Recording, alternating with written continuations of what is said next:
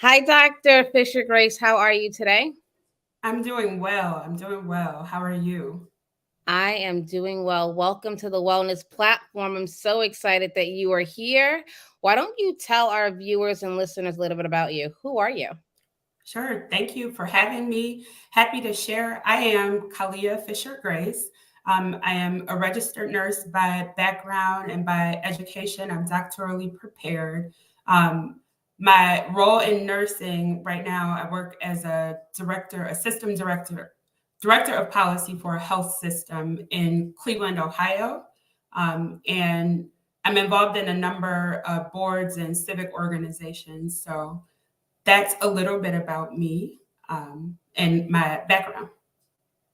Nice. How did you get into nursing and talk us through your decision to become a nurse and then get your doctorate? Because you're PhD prepared, and that's not something that happens overnight. It takes a while. So, what motivated you to do that? It's funny.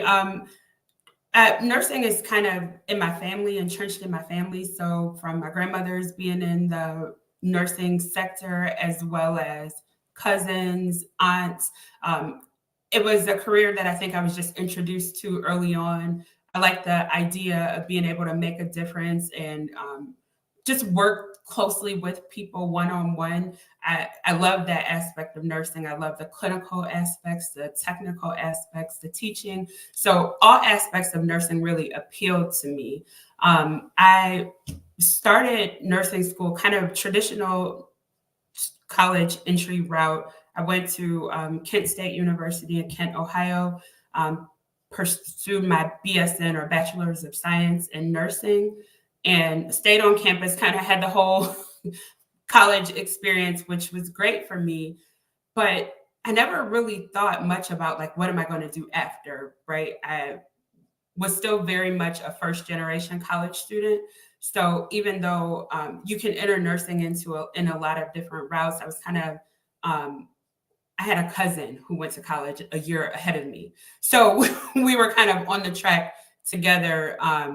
And so I didn't know what I would do after. I think it was all of the relationships that came along the way, from my faculty members to nurses that I met, like the clinical nurse specialists and nurse leaders when I started working in the hospital, that led me down a path of pursuing the next degree or the next thing. That really was just through meeting and making connections with people that I admired. And so I did get my MSN in healthcare nursing and healthcare management. So Master's of Science in Nursing and Healthcare Management, again from Kent State. And after I got my master's degree, I started working in our quality department, and I really liked looking at problems or issues and creating processes and systems improvements and looking at data and creating data and translating that to what does that really mean is happening for patients, and looking at order sets and how do we make implement best practices and create systems change.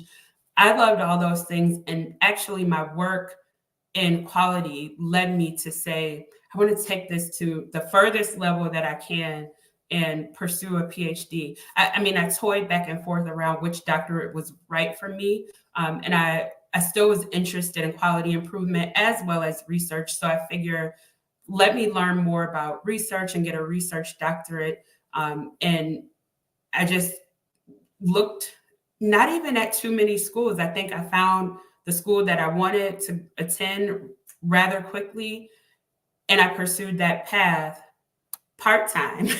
So it did take me about 6 or 6.5 years to complete my PhD, but I was always working and I enjoyed the process. So that is really my educational path. Yeah, that's amazing. And I think it shows the importance of the circles, right? You're in, or who you surround yourself with, that will keep you kind of stuck and stagnant or really help propel you forward. So Absolutely. I think that that message came through really clear, and something that we should definitely consider, especially in this day and age, because there's many nurses out there who just feel like, oh, I'm just a nurse, right? And they're stuck like in this mindset of, I'm just a nurse. I can only help by taking care of patients. But so many aspects, to nursing. There's so many ways you can make a difference. And that's one reason I love nursing, because it's just so dynamic. And Absolutely. I love what you're doing. So you said you're in policy. What does your day look like in policy? Because we don't need a lot of policy nurses. So tell us what you do. Sure. So my role actually, so I graduated with my doctorate in 2021. And this is just kind of the power of your network, is, I guess, what I would share. I have been working still in the quality umbrella and responsible for accreditation for our academic medical center. Um, Prior to graduating, another job opportunity opened up where I was encouraged to apply as like for the director of accreditation. And I thought I could do this, but this just it's not speaking to me. I don't know what it is out there for me. I chose to say, thank you for considering me. I want to focus on finishing school.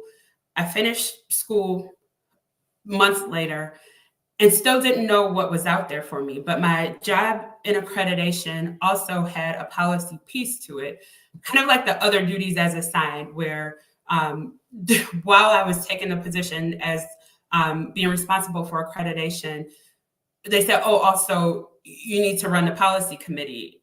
And I was like, no, I don't know anything about policies. I'm not, no, and that scares me. And no. And so my boss at the time just said, like, well, you could do this, right? Because think about it, you're not being asked to be the expert on every policy. You're being asked to help make sure the content experts understand what they need to do, really are familiar with the due dates, the deadlines, and so she just encouraged me by not making it seem so daunting. And I appreciate her doing that, because so many things seem daunting until you learn like just how to attack the problem. So that was all. It was still a lot. Don't mistake what I'm saying. So I did proceed in that role and proceed to take on this other duty as assigned. And our health system had a lot of struggles as it relates to being compliant with policy, understanding where they are. We had a manual process, and it just kind of wasn't organized. But I did the best that I could to organize it and bring on. So our structures that we have system policies, then because we're a health system, each entity may have policies, and we were a growing system. So some entities had policies from before they were a part of the system. We were on different EMRs, you name it. We had so much variation, and it started to cause some issues, a lot of issues in terms of staff being able to understand what was required and where can I go get the information that I need. And so fast forward, I graduated, and now we are working just feverishly trying to address the issues that have come up in our organization as it relates to policy. And like I mentioned, so much disparity across organizations. We don't have an automated way, but we did have a task force. Our leadership in the organization had enough in them to say, we have to figure out how to address this. And as a growth opportunity, kind of my boss's boss before he left said, I really want you to lead this committee. I really want you to lead the leadership group. And I see this as a growth opportunity for you. So I've been doing that. And just out of nowhere, it seemed to kind of fall into place where they said, we need software. And I said, okay, that's great, but we need FTEs to run software. And they said, okay, that's fine. Work on the job descriptions. And so I was just working with a group on job descriptions, still thinking like maybe in my current role, they could somehow report to me or have a dotted line, because I was looking to use my skills from my doctorate. And out of nowhere, we were just in a planning meeting, and my boss's boss happened to get on a call and said, this isn't going to work without a director, and why don't you, while you're writing that budget, why don't you write in your salary? And why don't we go down the line of creating a position of director for you? And I just thought like, well, boy, that must be the voice of the Lord talking, because this was not in my plan. And so it just kind of happened like that, where, like I said, you're working towards something. People see your diligence. They see how you work. And I turned down an opportunity not knowing what was coming next. I just felt like I'm going to do something. And so this came about. So it's now been 1 year. I've had the opportunity to create positions, to get a multi-million-dollar budget approved for software for FTEs for a program, and to become sort of an entrepreneur in my organization. And so day to day, my responsibilities look, we've implemented this software, but now we do have the responsibility of trying to manage not only policies and procedures, but really get total document management. And so I mentioned that I was responsible for accreditation. The team that I hired, I was fortunate. They all have that similar skill set of knowledge about regulatory things, or your Joint Commission, your DMV. We share that skill set. So we do spend a lot of time during the day on consultation with departments, or with leaders across our system, trying to make sure we look at what they have written to make sure it follows our organization's process, and also just giving them feedback. We spend a lot of time setting up the infrastructure, so looking at our data. Now we understand, we're at the ground level of saying these are metrics, and this is like our policy model, and how are we managing whether we're moving forward or not. So it's really exciting. Most of the time we're in consultation. A lot of times we're just trying to help the organization live up to its values. And then getting to work on some things that are innovative with the vendor, as we talk about like benchmarking and what does organizational policy look like nationally. So that's kind of my day-to-day in essence. That is amazing. They gave you a blank check. They helped you build out a team, a software. So you were like the person in charge who's really kind of leading this effort for the organization, which is amazing, especially since you wasn't expecting it and you didn't like cultivate this for yourself. It kind of just fell in your lap. That's what it sounds like. Mm-hmm. Can you talk to us about, so I'm also in a doctorate program looking at quality improvement, and risk management. Talk Mm-hmm. to us about how all those, to me, in my mind, all of those really fit together. When you talk about quality, well, risk management, quality improvement, policies, and then on top of that, which kind of differentiates me is I look at how people, how workers being stressed and burnt out, they add to your risk, right? And they definitely decrease your quality. So talk to us about that trifecta of quality, risk management, and policy. Sure. So I think what I can talk a little bit about is like the overarching kind of quality umbrella, where many would say that's where your policies, your accreditation, your risk management, your quality improvement, and many groups could consider other things kind of falling under that umbrella. And so the way that we're structured in my organization is we have a quality institute, and risk management is a function, quality is a function, there's data analytics, and then accreditation, and then policy is the most recent kind of function, or in infection prevention and control. So just in terms of risk management, policy, quality, I would say a lot of what we're hoping to do is kind of merge those things together, because they do go hand in hand. So I will say that much of, like I mentioned, at our organization, we were experiencing some challenges and trying to make sure people really understood, like, what do I follow? And so in my department, we see policy as kind of like the cornerstone. In many other places, they're going to see it as a cornerstone of what you do, your kind of foundational documents. But before you can create a policy, you've had to do some work, like whether it's researching the best evidence or the regulation or whatever the standard is going to be, to say, okay, this is the regulation, this is how we can do this here, right? Because even if you look at an accreditation organization, they won't tell you exactly what to do. They just may say, you need to have a policy around falls prevention. But they're not going to tell you if that's for pediatrics, for adults. They're going to say, address it for the population. So you go down a path and say, I'm going to create this policy around falls prevention, but I'm going to look to the evidence to see what is out there, what are the best practices that will keep a patient safe. And you kind of create your policy around the best practices and what you have available to you in your organization to make that happen. And then you probably want to write in a piece that helps you manage that risk of falls. So if someone is to fall in your organization, what do? Do you do a post-fall huddle? Do you create an incident report or whatever you might call it in your organization?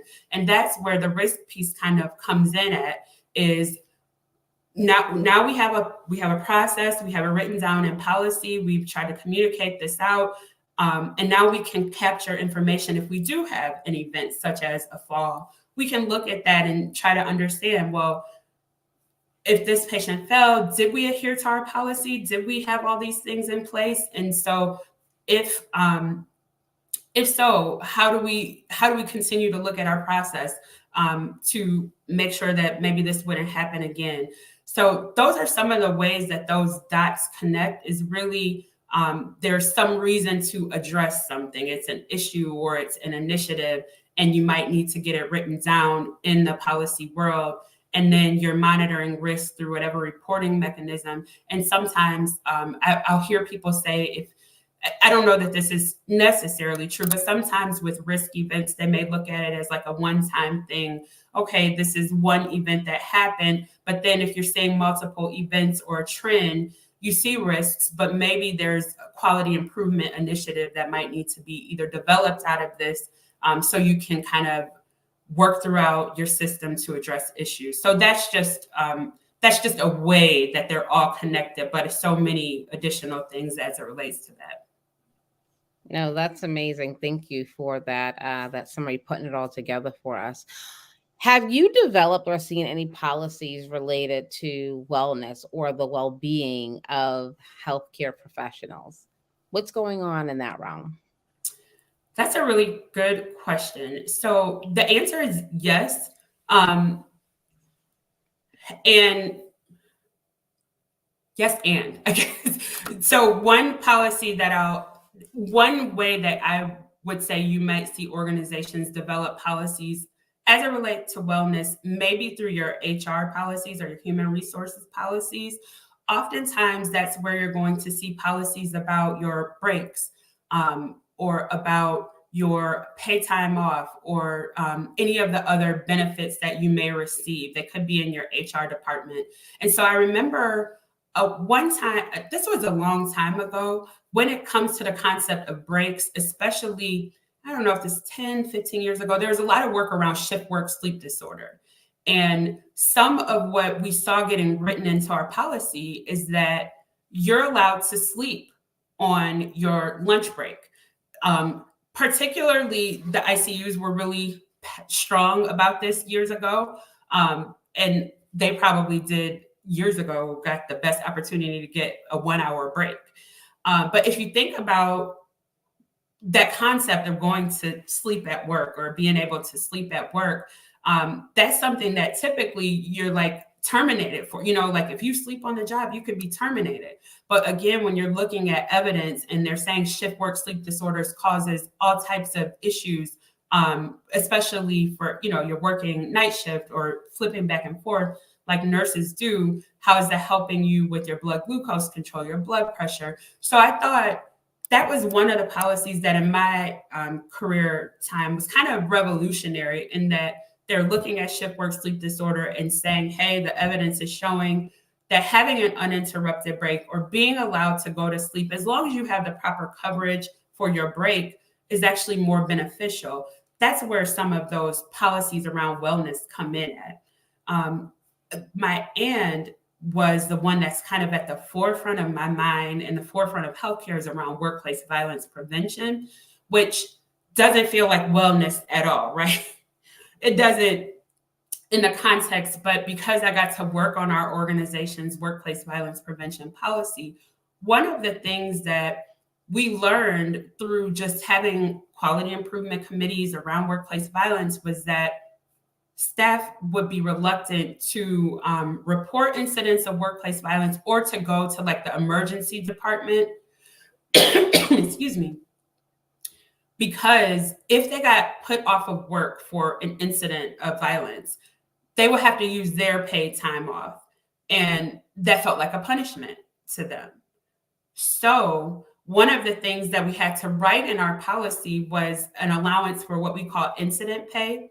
So what that does is allow someone to continue to get follow-up that they may need and not feel like, and the organization would pay them, or they would get paid incident pay, so that then you don't have to use your PTO. And then a lot of things that we wrote in that policy were really to be of support to staff. So being able to work, just to be supported through a process where you may be needing to be off, or you may need to make a report with the authorities, and how the hospital can support you through that. Those are some of the ways that I see wellness starting to be addressed in policy. So many more examples, but I think of those two things primarily, like in that human resources space, and then also with some of the things that are happening around workplace violence prevention. Yeah, that's good because I mean, workplace violence is on the rise in healthcare. And if you're seeing that in the research or through surveys that people are not reporting it because they have to use their time, that's amazing. I want to ask you one question before we start talking about what you're doing outside of work, because you are a leader outside of work, and you just got appointed. So I want you to talk about that.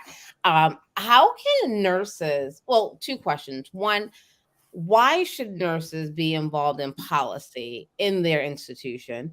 And if they have their own business, because a lot of nurses, right, who are entrepreneurs, just policy compliant. And how can they get involved? Like why is it important, and what's their first step they could take to actually get involved in policy? Really good questions. Nurses need to be involved because they're the primary group of healthcare providers, just nationally, but also in your organization. Nurses are going to make up the largest part of the workforce. They're going to be at almost every single touch point. So nurses have a unique perspective, probably the most valid perspective in terms of what is happening, how something should be done, how something cannot be done. And so nurses' voices need to be at the table because I think they have the most balanced perspective. How can a nurse get involved? There are probably many ways. I would just say one way that we've tried to make it easy for anyone to be involved, or including a nurse, is we try to put out information often and then allow people, give different access points. So we just have an email address to say, hey, if you have a question, contact us, or we put our names out there. And oftentimes what we do, or what we see, is nurses will say, I just read this policy. It doesn't really align with what we're able to do, or we don't have that capability, or this isn't what the manufacturer's instructions for use state, or this policy is causing us a problem. A way to get involved is just to raise your hand. Like if you read a policy, just raise your hand, or go to, whether it's to your manager, or if you have a policy department, just say, hey, I have a question about this, or I'd like to be involved in the revision of this, or hey, there's new evidence out there that suggests we should be doing something a different way. Just making a direct contact with either the owner of a policy, or if you have a policy team, like in our institution, we take those questions right away and work to connect nurses with the right content experts, or even give feedback as to what we know. But any issue that you might see, just trying to figure out who you can contact. I think in healthcare, at an organization, is probably easier because typically you're going to have a manager that can help escalate if you don't know who. But for example, many organizations may have policy software that tells you right away, this is the owner of the policy. That's a quick way to say, oh, Wendy, you own the workplace violence policy. Hey, we're not going to report this because you're going to take away my PTO, or whatever. Those are ways that we see nurses getting involved. It's just kind of raising their hand to say, this doesn't work, or hey, really nice job, or I want to be included. Just kind of raising your hand to volunteer, I think, goes a long way in your organization to try to get involved in policy. No, thank you for that. And tell us what you're doing outside of work.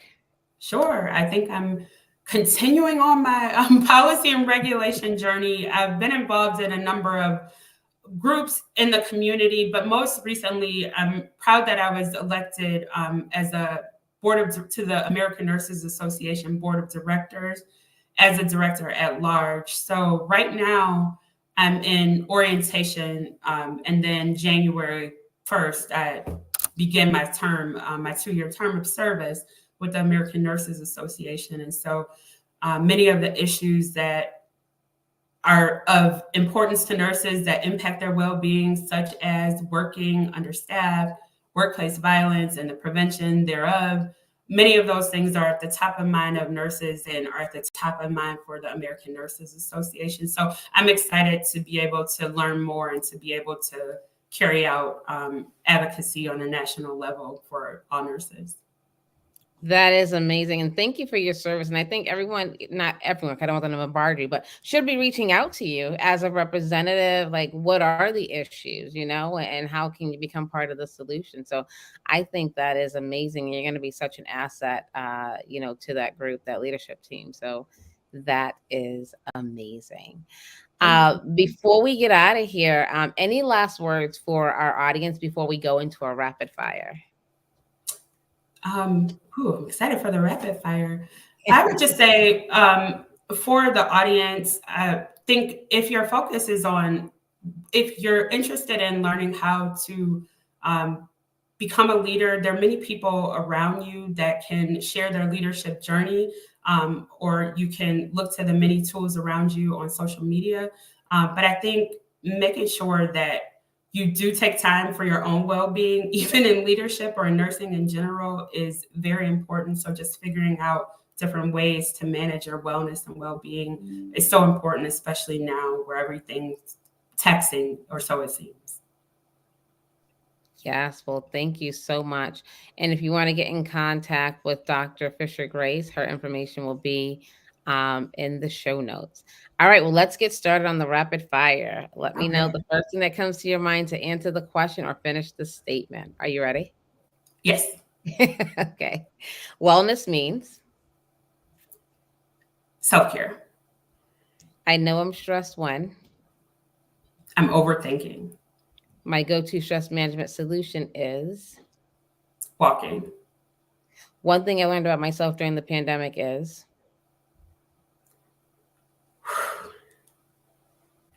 That my voice is powerful. That's a good one. That's a good one. What is something people get wrong about you? That I'm an extrovert.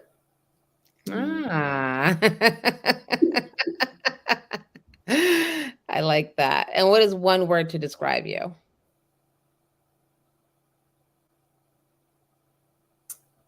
Influential. I like that. I like that. And if you can make one shift in nursing, what would it be and why? I think the shift that I would make would be to take the muzzle off of nurses. What I mean by that is, or why I say that is because I think nurses have so much that they can offer or share with the world, their community, families. But I think oftentimes nurses are not permitted to share much through so many rules and regulations. So I would say just taking the muzzle off and letting nurses kind of be at liberty to share more. I think it would benefit communities, our health system in general. Wow, I love that. I love that. Yes, your voice is powerful.